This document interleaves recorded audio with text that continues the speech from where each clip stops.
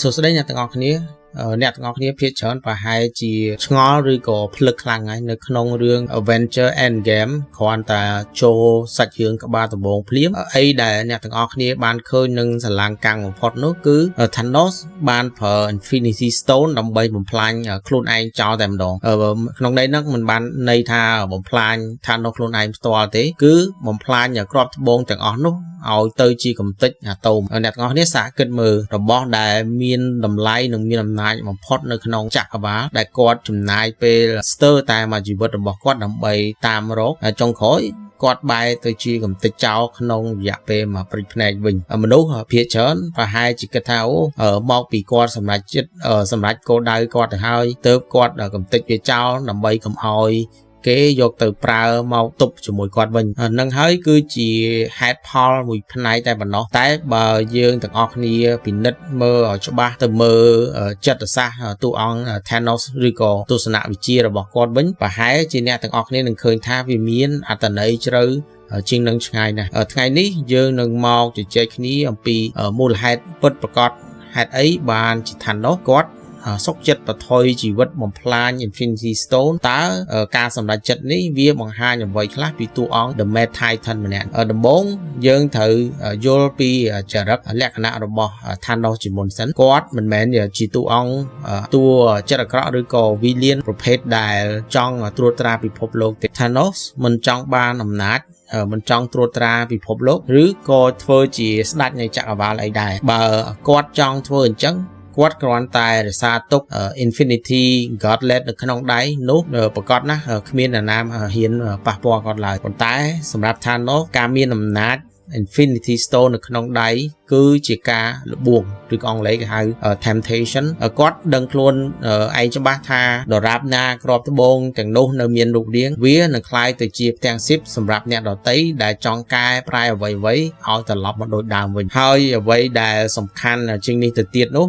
Thanos ចង់ឲ្យចក្រវាលទាំងមូលនឹងរៀនរស់ដោយគ្មានគាត់និងគ្មានអំណាច power ដូចជាអាទិទេពអីចឹងគាត់ចង់ឲ្យមានតលយៈភាពដែលគាត់បានបង្កើតឡើងវាជាតលយៈភាពធម្មជាតិពិតមិនមែនជាតលយៈភាពដែលគ្រប់គ្រងដោយកម្លាំងវេទមន្តឬក៏ power អីផ្សេងនោះទេដោយអ្នកទាំងអស់គ្នាឃើញនៅក្នុងរឿង Infinity War នៅពេលដែលគាត់បានគ្រាប់ត្បូងទាំងអស់ហើយគាត់គ្រាន់តែផ្ទាត់ម្រាមដៃរបស់គាត់រួចក៏គាត់ទៅអង្គុយមើលថ្ងៃលិចយ៉ាងស្ងប់ស្ងាត់ត្រង់នឹងហើយដែលយើងឃើញថាគោលដៅរបស់គាត់គឺសន្តិភាពតាមរបៀបការគិតរបស់គាត់ទៅបើ Thanos ចង់រក្សាទុកត្បូងគាត់នៅតែជាអាទិទេពបើគាត់ជាអាទិទេពពិភពលោកនឹងមិនអាចដើរទៅមុខនៅខ្លួនឯងបានទេគាត់ចង់ឲ្យការបាត់បង់ពាក់កណ្ដាលនៃចក្រវាលនេះคล้ายទៅជាមេរៀនដ៏ឈឺចាប់មួយដែលគ្រប់គ្នាត្រូវតែទទួលយកហើយរៀនរស់ជាមួយវាការបំផ្លាញត្បូងចោលគឺដើម្បីប្រាប់គ្រប់គ្នាថាអ្វីដែលកើតឡើងហើយគឺមិនអាចកែប្រែបានទេវាគឺជាការបាត់ផ្លូវរូងក្រំដីតែមួយគត់របស់ Avenger អាចប្រើបានតែនិយាយទៅវាពិតជាគួរឲ្យខ្លាចត្រង់ថា Thanos ហ៊ានយកជីវិតខ្លួនឯងមកភ្នាល់អ្នកទាំងអស់គ្នាឃើញស្នាមមុខរបួសនៅលើមុខនិងដៃរបស់ Thanos ហើយពេលដែលពួក Avenger ទៅដល់ភព The Garden នោះគឺជាលទ្ធផលនៃការប្រើប្រាស់ Infinity Stone ដើម្បីបំផ្លាញ Infinity Stone ខ្លួនឯងតាមរយៈសម្ដីរបស់អ្នកដឹកនាំរឿងត្រកូល Russo បានបញ្ជាក់ថាការបំផ្លាញត្បូងនោះវាបានបញ្ចេញថាមពលខ្លាំងមហិមាស្ទើរតែសម្លាប់ Thanos ភ្លាមប៉ុន្តែ Thanos សុខចិត្តរងការឈឺចាប់សុខចិត្តคล้ายទៅជាមនុស្សពិការម្នាក់គឺគាត់ដើម្បីធានាថាបេសកកម្មរបស់គាត់នឹងស្ថិតស្ថេរជារៀងរហូតនេះបង្ហាញថា Thanos មិនមែនគ្រាន់តែជាអ្នកសម្លាប់រង្គាលមនុស្សសភាវៈទាំងអស់ទេប៉ុន្តែគាត់គឺជាអ្នកដែលមានជំនឿជ្រុលនិយម a true believer គាត់ជឿលើទ្រឹស្ដីរបស់គាត់ខ្លាំងរហូតដល់គាត់លែងខ្វាយខ្វល់ពីជីវិតខ្លួនឯងហើយបើសិនជាយើងនិយាយអំពីភាព detail តូចវិញសាកគិតមើលថាហេតុអីបានជា Thanos និយាយថា I use the stone to destroy the stone ឃ្លានេះវាបង្កត់ន័យថាអំណាចរបស់ Infinity Stone គឺវាលើសលប់ពេករហូតដល់គ្មានអ្វីក្នុងចក្រវាលអាចមកកំទេចវាបានក្រៅពីខ្លួនគាត់ផ្ទាល់វាដូចជាការយកពេជ្រទៅកាត់ពេជ្រអញ្ចឹងសម្រាប់ Thanos ការធ្វើបែបនេះគឺដើម្បីលុបបំបាត់ក្តីសង្ឃឹមគាត់ដឹងថាដរាបណា Avenger នៅតែមានសង្ឃឹមពួកគេមិនឈប់ឡើយការបំផ្លាញត្បូងគឺជាការសម្លាប់ក្តីសង្ឃឹមចុងក្រោយរបស់មនុស្សជាតិតាមពិតទៅ Thanos ស្ទើរតែជោគជ័យទៅហើយបើគុំតែមានកណ្ដុរមួយក្បាលទៅជាន់បតុងម៉ាស៊ីន Quantum Realm ធ្វើឲ្យ Scott ចេញមកទេប្រហែលជាពេលនោះ Thanos បានជោគជ័យបានហើយពេលខ្លះយើងទាំងអស់គ្នាប្រហែលទៅតែចាប់អារម្មណ៍ចំណុចមួយបើនៅក្នុង comic វាគឺជារឿងផ្សេងពីហ្នឹងនៅក្នុង comic រឿង Infinity Gauntlet Thanos ចាញ់មិនមែនដោយសារគាត់ខ្លាំងទេតែអ្វីដែលធ្វើឲ្យហួសចិត្តបំផុតនោះគឺការបំផ្លាញត្បូងរបស់ Thanos នេះឯងដែលជាដើមហេតុធ្វើឲ្យក្រុម Avenger ត្រូវបង្ខំចិត្តធ្វើ time heist ឬក៏ការធ្វើដំណើរឆ្លងកាត់ពេលវេលាសាកគិតមើលបើ Thanos មិនបំផ្លាញត្បូងទាំងអស់នោះទេក្រុម Avenger ប្រហែលជាគ្រាន់តែទៅច្បាំងដើម្បីយកត្បូងនោះមកវិញហើយទាត់ម្រាមដៃបញ្ច្រាស់គឺជាការស្រាញប៉ុន្តែដោយសារត្បូងคล้ายទៅជាអាតូមអស់ហើយទើបវាបង្កើតឲ្យមានដំណើរផ្សងព្រេងនៅក្នុង Endgame ដែលយើងបានមើលកន្លងមកវាដូចជាពាក្យមួយដែល Doctor Strange បាននិយាយអញ្ចឹងមានតែផ្លូវមួយគត់ក្នុងចំណោម14លានផ្លូវហើយផ្លូវនោះទាមទារឲ្យ Thanos បំផ្លាញត្បូងចោលសិនទើបអ្វីនឹងអាចដើរទៅរកទីបញ្ចប់ដែល Iron Man ត្រូវលះបង់ជីវិតនឹងឯងនិយាយពីចំណុច Iron Man នេះវិញអ្នកទាំងអស់គ្នាធ្លាប់គិតអត់ថា Thanos ហើយនិង Tony Stark គឺជាកាក់មុខពីរដែលដូចគ្នាទាំងពីរនាក់នេះសុទ្ធតែជាមនុស្សដែលចង់ការពារពិភពលោកក្នុងវិធីផ្សេងរៀងៗខ្លួន Thanos ចង់ការពារធនធានចក្រវាឡដោយការសម្លាប់មនុស្សពាក់កណ្ដាលចំណែកឯ Tony គាត់ចង់បង្កើតa suit of armor around the world ពេល Thanos បំផ្លាញត្បូងចោលគាត់កំពុងតែសម្រាកពីបន្ទុកដ៏ធ្ងន់ធ្ងររបស់គាត់នៅលើខ្លួនឯងគាត់ដឹងថាចប់ហើយបេសកគាត់សកកម្មរបស់ Thanos គឺបានសម្រេចហើយវាក៏មិនខុសពី Tony ដែរដែលតែងតែចង់ដាក់ដៃឈប់ពីការធ្វើជា Iron Man ដើម្បីរស់នៅជាមួយ